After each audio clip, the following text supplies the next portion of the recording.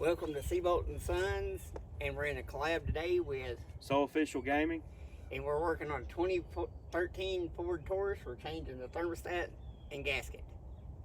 Let's roll the intro.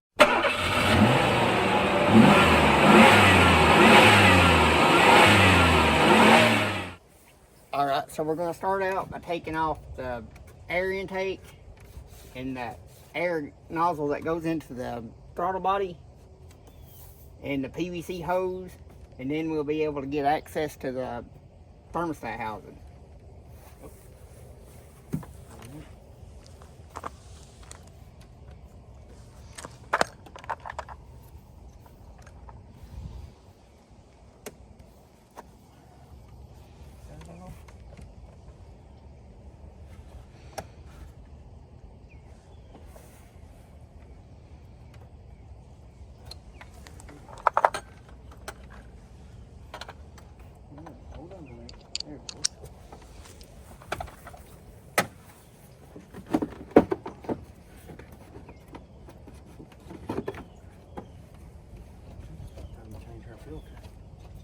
Yes, we should.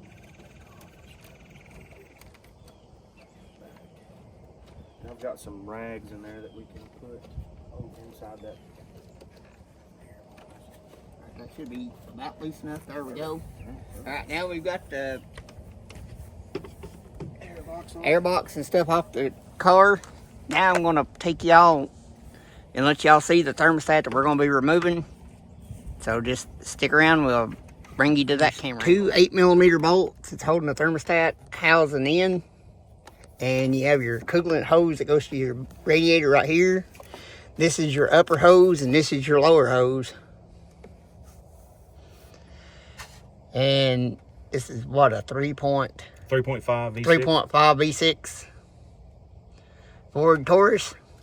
Fairly simple location, I must say. Yep. And a little known fact, Ford Tauruses started production in 1985 and was introduced in 1986 and ran until 2019. And Clark Griswold drove a Mercury Sable, which is the brother car to a Ford Taurus. He had a Mercury Sable station wagon in Christmas Vacation movie, which we'll all be watching probably here in about another 30 days.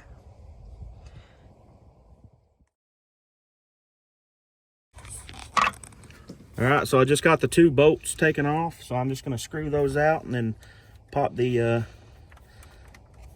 thermostat out.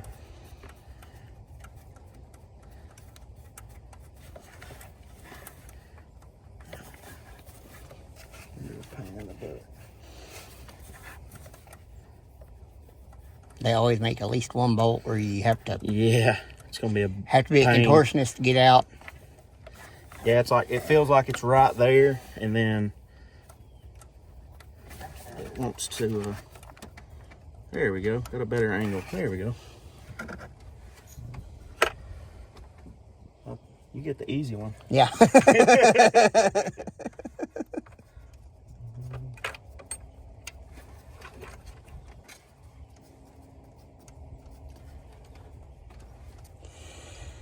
This is a lot like tech school days here. Yeah, oh yeah. Absolutely. Which me and him actually went to tech school together. He graduated a year after I did. I graduated in January of 2012. And I graduated in May of 2013. So he was starting I think he started the semester that was my last semester. Yep. And we worked together at two other places around town here. And there will be your thermostat. Let me zoom y'all in here so y'all can get a peek at it. And we actually didn't lose as much coolant as I predicted we would lose. So that is an A+. Yeah. I'll bring this up here. We lost very little coolant. Yeah. Now we just reach in here and pop her out. Hopefully she'll pop right out. Looks like we're going to need a screwdriver. She might need a little bit of persuasion. Yep. And that is totally fine. Yep. Yep, it's stuck. Yeah. All right. Gonna pop it out with a flat screwdriver here. And there's gonna be some come out of the block. Some come out of the block, which is totally fine. And sure enough, it looks like we are stuck closed. Don't you mean stuck open? Or stuck open. I am so sorry. Because that corrosion right there is not what you want to see, nope. Especially on a car. Well, this car does have 78,000 miles on it. So from the looks of it, whoever had replaced the thermostat the last time, the bubbler, you always want to face up. If you have this little needle right here, this needle right here actually allows the air to come out of the system as you're driving it. So just key note, this was actually sitting in here like this. So you always want the bubble sitting up because you've got air is denser than liquid. So you always want that little bubble up. So we got it out. Let's put the new one in. And but you never do know, this may have been a 5 p.m. Friday car at the Ford factory, and so ready to get the weekend started. As further investigation, we found out that this is actually a factory thermostat, which is kind of funny. So 178,000 miles on the original thermostat. That's actually pretty good, I would say. All right, so we got the top and the bottom bolt started back in, and on this assembly, what that you do when you're putting the gasket back on, the new gasket, you'll set it on the outside. You'll put the thermostat in. You'll set the gasket in, and then when you tighten it up, it'll compress down the gasket to seal it up.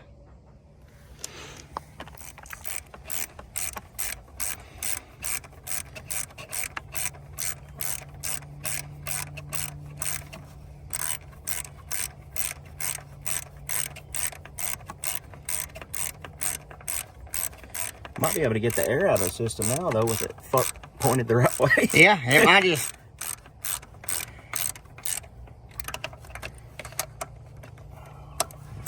I didn't have that one tighted completely. I don't want to. You don't want to snug one side up and then snug the other side up. Yeah, you want to kind of tighten them up even.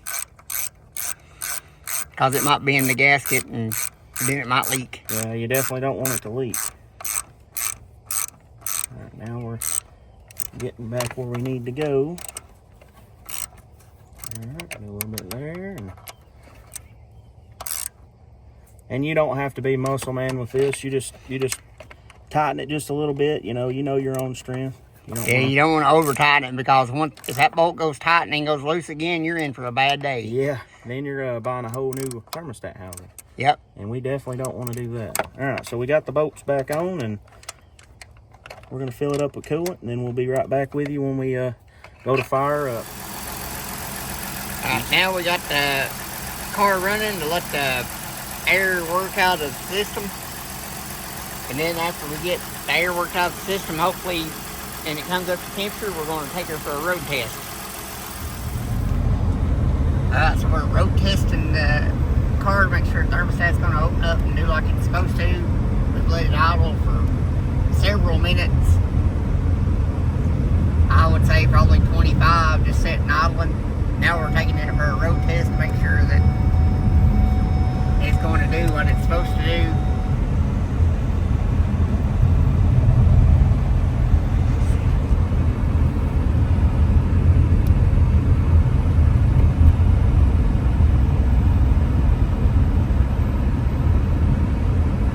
I'm riding, not driving, just so y'all know you're on YouTube.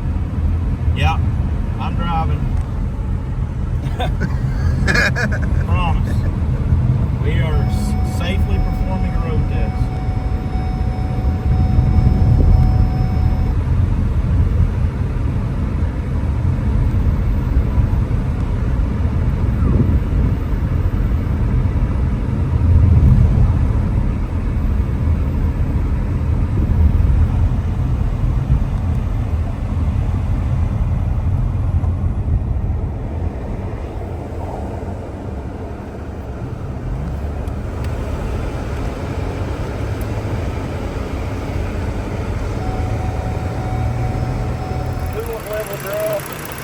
Fans are on, coolant level dropped, so the road test did the trick to get the thermostat to open up.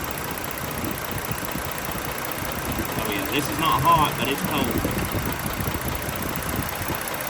But you can feel the liquid draining. It's not hot, but it's not hot like this. It's cool, so it's let it out. but it's circulating. Yeah, it's circulating. So the coolant definitely has circulated through the system.